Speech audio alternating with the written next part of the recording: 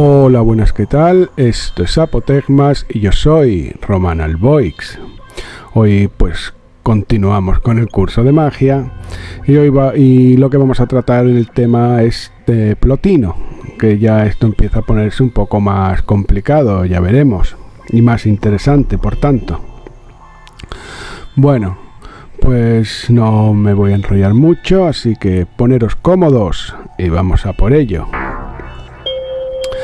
Plotino establece un sistema basado en la pirámide platónica y en el dogma del Timeus, también de Platón, para explicar la magia dando por hecho que lo espiritual y o tangible es superior a lo material y o tangible.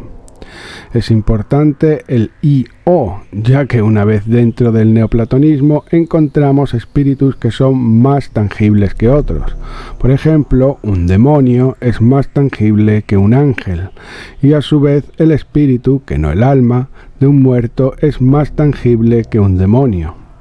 Esto no es necesario creerlo, pero lo que sí es cierto es que funciona, y desde la Baja Edad Media ha sido así. Y de hecho valió a los alquimistas, cabalistas y magos post-cristianos para explicar y utilizar los rituales llamados paganos de druidas, volvas y yogis. Así que si algo funciona, se utiliza. En esta línea es común en círculos Wicca o herméticos a día de hoy, y esto desde la experiencia, preguntar a Rex Paimon, Lucifer, Freya o Saturno cómo funciona la magia, y las mismas entidades te responden con estas teorías neoplatónicas. Por tanto, no cabe más cuestión al respecto. Individualmente podemos filosofar y matizar, pero en líneas generales utilizar los cuadros mágicos de Agripa del siglo XV o la Biblia satánica de la Bey del siglo XX utiliza el mismo motor, el neoplatónico. Paradojas de la historia que ateos confesos como la Bey o Peter Carroll se tengan que atener a aceptar que existe una fuerza o substancia o entidad superior al hombre para que sus encantamientos y hechizos puedan ser de alguna utilidad. Volviendo a Plotino, el filósofo explicaría en su cuarta Eneada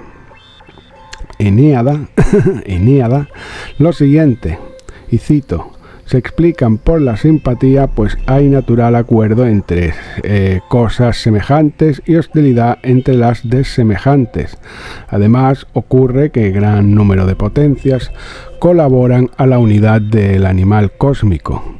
En el mundo pueden verse atracciones e incluso encantamientos que se proceden sin necesidad de ninguna práctica mágica que los provoque. La verdad mágica es algo semejante a la amistad y al odio que se hallan en el universo.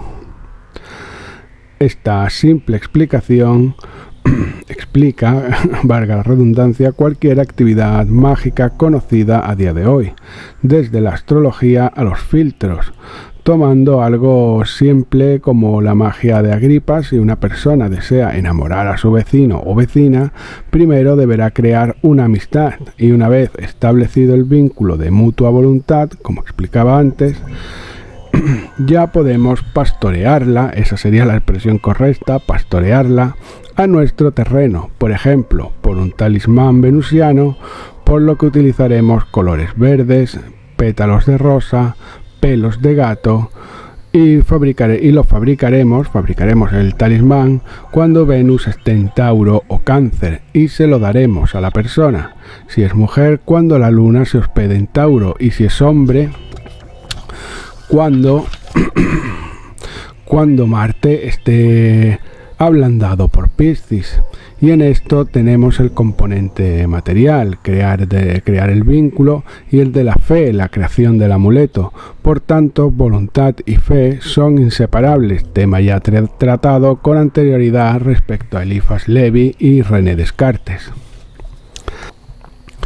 Plotino nos habla del mago como una persona que por su sabiduría es capaz de utilizar sus técnicas, hechizos, filtros, encantamientos, etc., para influir sobre unos y otros. El mago solo unirá aquello que es afín entre sí. De tal manera, Merlín no habría podido unir a Uther Pendragon y a Lady Grey si ésta no hubiese tenido una inclinación a abrir sus piernas al enemigo de su marido. Circuloas o Circorlois, oh my god, eso es francés, o como se diga, Circorlois. Fuera de mitos, esto funciona tal cual en publicidad y política. Lo primero que hacen estas empresas, porque los partidos políticos son empresas también, es crear una afinación con la población que incline la voluntad colectiva a su lado y luego a través del sortilegio de la democracia. Te hacen aceptar cosas que de otra manera son imposibles, porque un sortilegio, hechizo, pócima, etc. es un espejismo. El mago o los magos son ilusionistas. Lo buen o mal mago que sea se determina por cuánto es capaz de engañar a su blanco. Minutos después de las 9 de la mañana ya hemos visto votar al candidato más madrugador de todos, a Pedro Sánchez. El candidato socialista ha votado en este centro de Pozuelo de Alarcón, en Madrid, acompañado de su mujer. A la salida ha animado a la participación en esta jornada para fortalecer la democracia y legitimar el resultado, ha dicho. Además, confiaba en que se logre la estabilidad y rechazaba pronunciarse sobre un posible apoyo de los independentistas si los necesitase para gobernar.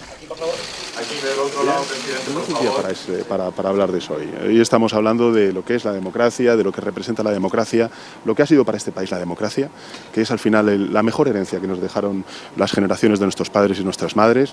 Creo que es muy importante que participemos todos para fortalecer nuestra democracia, para legitimar el resultado electoral que salga de las urnas hoy, y a partir de ahí, a partir del día de mañana, pues hablaremos efectivamente de la estabilidad y la gobernabilidad del país.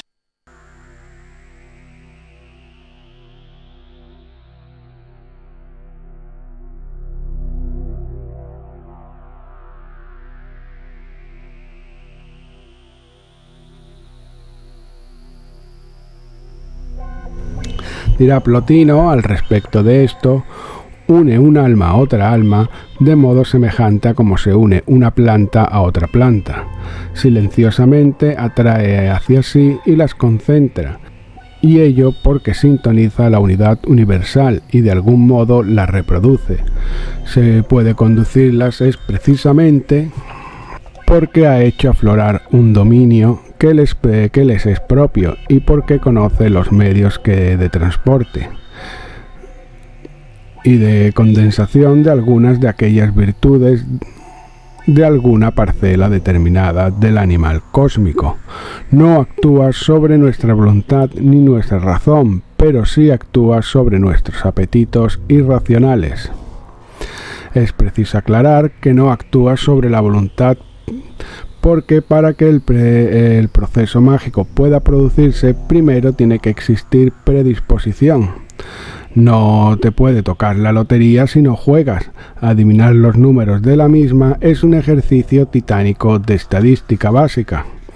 En este orden, Aleister Crowley diría que lo primero para ejercer un cambio significativo en la realidad a través de nuestra voluntad es tener la voluntad necesaria para ejercerlo, haciendo todo aquello que sea necesario. A su vez, en las mismas remarcaciones previas a su Liber Aba, previene de cómo no caer en estos juegos, y cito textualmente: es liberando nuestra mente de influencias externas, ya sean casuales o emocionales, que se obtiene el poder de ver la verdad de las cosas. Seamos maestros de nuestra mente. Así, el mago solo exalta la parte irracional de las personas. En otros casos, usará la propaganda y luego aplicará lo necesario. El mismo Plotino converge en esto mismo, diciendo que un simple canto o rito básico de forma mecánica producirá el influjo adecuado, pero que de eso el numen nada sabe ni le importa, siendo el numen la deidad, demonio o espíritu que involucramos en todo esto. hay un dinamismo de energías relacionadas que actúan ciegamente. En este punto debemos comprender dos cosas, ateniéndonos a Jung. El universo es ese animal cósmico citado por Plotino, en tanto que el universo está vivo. Por tanto, el universo es un numen. Lo podemos llamar demiurgo, dios creador o Júpiter si preferimos. Los númenes por debajo de él son las deidades, espíritus y demonios. Así Freya es un numen, también lo es Saturno o Jesucristo. Acorde a la magia del caos, Black Widow o Batman también lo son. El espíritu de tu abuelo también, etc. Esto se entiende mejor observando la religión hindú y su relación Brahman-Atman. Brahman es el todo y los diferentes Atman se emanan de él. Nosotros tenemos capacidad de invocarlo todo y para ello existen diferentes técnicas. Más allá de eso, los númenes emiten influjos sin percatarse de ello y todas las partes o Atman están interrelacionadas. ¿Por qué? Porque todas contienen la esencia básica que es el Brahman, substancia o Dios, solo que depende en cuánta cantidad. Aquí volvemos a la pirámide platónica. El médico, con todos sus títulos, y el mago se limitan a dirigir hacia una parte concreta de este universo las virtudes que emanan de otra parte del mismo universo. Así, el que conoce este secreto puede ser malvado a ojos humanos, pero no es más que un mal uso de estas técnicas, ya sea a propósito o por desconocimiento. Dirá Plotino, para este caso, en una visión que gustó a Spinoza, que el castigo sigue de forma necesaria, porque la naturaleza actúa por necesidad y es necesario una respuesta universal a un mal uso de los secretos de la naturaleza. Por otro lado, el mago no puede ser afectado por la magia, ya que su alma conoce dichas urdicias. Lo racional en el mago controla, y así debe ser, todo y permite o no al alma irracional actuar. De cualquier manera, podría ocurrir que la parte irracional atiéndase a algunos de estos trucos o ilusiones a espaldas del alma racional o por despiste del mago cuando éste note los efectos. Ya sabe la causa y simplemente utilizará los contrarios, lo ya llamado desemejante. Anteriormente, aunque esto que dice Plotino es teoría, en la práctica el mismo filósofo queda retratado por su discípulo Porfirio, que nos relata lo siguiente. Existía un tal Olimpo de Alejandría que se le daba de gran filósofo, tenía cierto desprecio por Plotino y la fama que le precedía.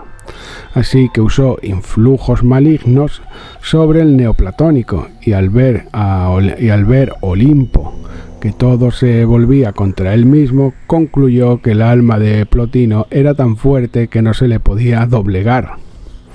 Es decir, que existen almas superiores e inferiores, pero no por naturaleza, sino por entrenamiento de la misma. Dirá Plotino, como Platón o Aristóteles, que el alma se hace más fuerte con la práctica de la virtud. ¿Cuál es esta virtud? Coincide de manera básica, al igual que en todas las tradiciones y textos, una vida reservada, buena alimentación, la meditación, ejercitar la mente y el cuerpo a partes iguales, etc. Preceptos que estaban en Egipto, India, el paganismo europeo, los cristianos y el Islam, con pocas diferencias entre ellos. Sobre Plotino, Porfirio señalaba que su maestro parecía tener un don. Relataba otra anécdota sobre un sacerdote egipcio que viajó a Roma para conocer a Plotino. El egipcio querría conocer qué genio o daemon asistía al filósofo, así que fueron a Eliseo, el templo de Isis, y se apareció no un genio sino una deidad. Quien asistía a Plotino sería un espíritu que se encaja en el carácter de deidad. Si bien esto hay que entenderlo bien, los genios o daimones son entidades que todos tenemos y que la iniciación permite conocer. Todos tenemos uno principal y otros dos con los que tenemos menos contacto. Esto viene no solo a través de Plotino, sino de Sócrates y de Jung. Lo que Porfirio intenta reflejar en este relato es que su espíritu era más fuerte de lo común, teniendo en cuenta que estos espíritus son parte de uno mismo. Y esto ya sí hay formas diferentes de verlo. Plotino simplemente estaría más entregado a la vida espiritual o contemplativa. No es comparable cualquiera de nosotros con un yogi hindú o un monje tibetano, que desde luego refuerzan mucho más su lado espiritual. Un alma fuerte puede prevenir y previene enfermedades orgánicas. Un mago avezado y con disciplina puede encantar y practicar magia sobre demonios si estos están muy apegados a lo físico. Todo lo que está apegado a lo físico es sensible de ser manipulado. Esta es la máxima de la teoría de Plotino y su aplicación a la pirámide platónica. Pero es también lo que se enseña en las escuelas serias sobre el tema, a desprendernos de todo por lo que sentimos apego. ¿No está la sociedad dominada por unos pedazos de metal y papel de valor imaginario? Quien tiene el control sobre el dinero lo tiene sobre la sociedad, y por eso, precisamente por el gran sortilegio del dinero, que existe un interés y una prisa por pasarlo a nivel virtual y eliminar su forma física. Así el control será absoluto, se convertirá en una entidad por sí mismo y sus representantes sacerdotes del dinero. Para escapar del apego a lo material, solo la vida contemplativa ayuda. El no ser del Tao Te Ching, todo lo demás generará un hechizo sobre las personas y los ata. Matrimonio, hijos, relaciones con el prójimo, conseguir magistraturas, etc. Todo eso se interpone entre el individuo y el Atman. Plotino escribía lo siguiente al respecto: hete aquí lo que es la magia de la naturaleza. Perseguir como un bien lo que en verdad no es un bien, dejarse arrebatar por los impulsos irracionales, caer en aquellas cosas de las que uno desearía huir. Esto es la norma y el único camino. Encontramos en el tratado de Abramelin el mago la siguiente puntuación sobre la preparación del aprendiz que debe hacer cuando comienza a practicar las prácticas del mismo texto. Y cito: poniéndolo en práctica, el principal obstáculo era el inconveniente de donde moraba. Así resolví ausentarme e irme dentro del bosque herciniano y permanecer allí el tiempo que durase esta operación. Esta operación se refiere a la operación del libro de Abramelin. Este libro fue escrito en el siglo XIII, pero no difiere de la moderna magia del caos.